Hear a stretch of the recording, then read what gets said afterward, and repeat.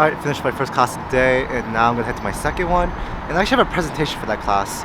There's lots of presentations this week because it's wrapping into Thanksgiving break, which means all the professors are trying to fit in as much stuff as possible before we leave, which is really messed up. But that's what's going on right now, and it's kind of stressful. There's been a lot on my plate, but almost done. I think after next week, things should be a lot more calm, and it should be smooth sailing from there. Also, I'm going to New York for Thanksgiving, so expect some New York vlogs in 2 weeks. So, alright, I'm gonna go.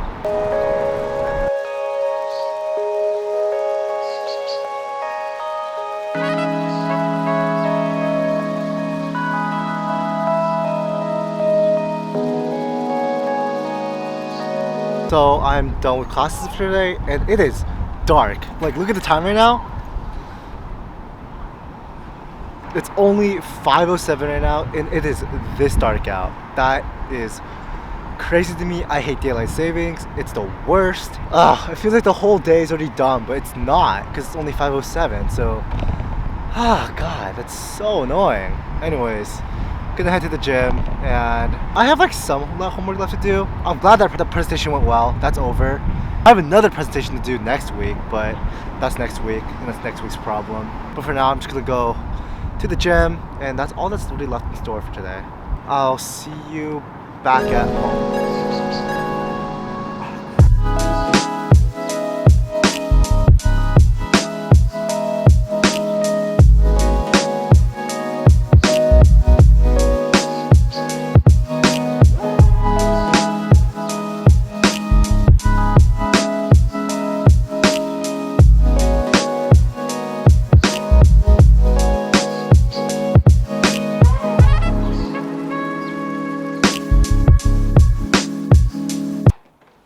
Okay, so I'm back. I'm gonna get changed for the gym, and I head out to the gym, and then go to the dining hall before it closes. All within like 3 hours. I've got this. Not a problem. Okay, never mind. Small problem. So I actually have to figure out my train ticket, how to get back from New York to Boston, because I already booked my train ticket for Boston to New Jersey because I'm going to New Jersey first, and then from New Jersey to New York. But now I have to figure out how to get from New York back to Boston. And the problem with that is tickets are $286 for a coach ticket, and that's like economy. $286. So I'm debating whether I should just get a flight back to Boston because surprisingly it's cheaper to go on a plane than a train. Okay, I'm gonna go figure that out. Okay, good workout. I'm gonna go head home now. And you know what? I actually have time to work on my video essays, so I'm gonna work on a few more video essays that I have planned. And maybe I'll film it, but I don't think I'm gonna film it today, but I'll keep writing it. Okay, let me go. I actually want to introduce a new segment to the vlog right now because I did not film enough today, so I decided that I'm gonna add a new segment to the vlog. I'm gonna call it Pillow Talk. In this segment, I'm just gonna talk about topics that I'm not gonna make video essays about. So they're basically video essay ideas that I'm not really gonna make video essays about because I want them to be more raw and transparent and just, you know, my thoughts as they come in with you guys. So it might be a little sporadic, it might be all over the place, but I think that's just the point of a pillow talk with you guys. In this edition of Pillow Talk, I want to talk about imposter syndrome because it actually came back to me today when I was doing my presentation. Basically, I was the second one to go in this class to give my presentation, and I think it went well because, you know, I could have prepped more. Like, I definitely could have prepped a lot more for this presentation, and I should have. But for the amount I did prep, I thought I did a really good job. Like, I thought I did the best I could do at that moment. And my partner also did a good job too. But we did mess up at one part, which it wasn't that big of a deal. But then the problem came when the group after me to present, they just knocked it out of the park. They had a whole like slideshow and everything. I didn't have a slideshow because the professor said it wasn't like required, so I thought it'd be better not to have one because Not because she actually encourages people not to have a slideshow in when they get presentations. So I just want to follow her advice with that. Maybe it would have gave me a better grade, but we'll see. Anyways, these two girls that went after us, they killed it. Absolutely just killed this presentation. They gave so much information. Their slideshow was like, it looked like some professional did it. It was just really well done. And that kind of just made me feel a little bit, you know, like I wasn't really meant to be in that class per se, because these two people were just killing it and they were like doing such a good job. They were giving me such a good insight and using like all these big words.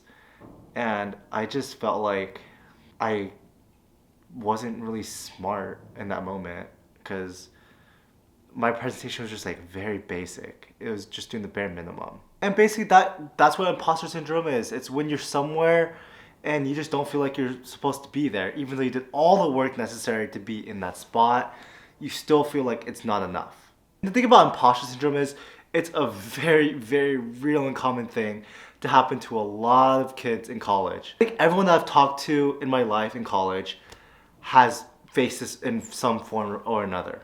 And the thing about imposter syndrome is it never really goes away. It's just a constant thing that's kind of gonna always follow you throughout your entire college career.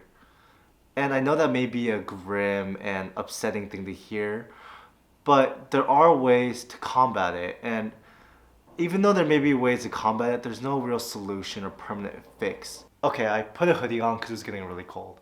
Anyways, and the thing about imposter syndrome is I've always wrestled with it like my entire life.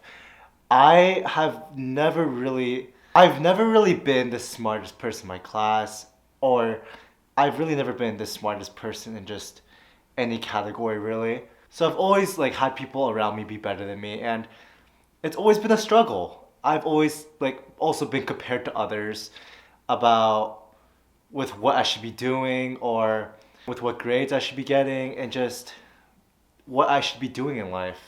Because all my life I've considered myself to be someone that's been pretty average in a lot of categories. And I feel like with everything I've done, it's always just been mediocre work. And I'm not trying to play the victim card here. I'm not trying to say, oh, woe is me. Oh, I'm so sad. It's not like that at all. I've used these experiences to have a unique perspective on all this because if everyone's always been better than me my entire life, what if I use that as a motivation to do better? And the thing is, everyone always gives the same advice on how to combat imposter syndrome. And the advice that everyone always gives is you're where you're meant to be and you shouldn't let anyone else make you think otherwise.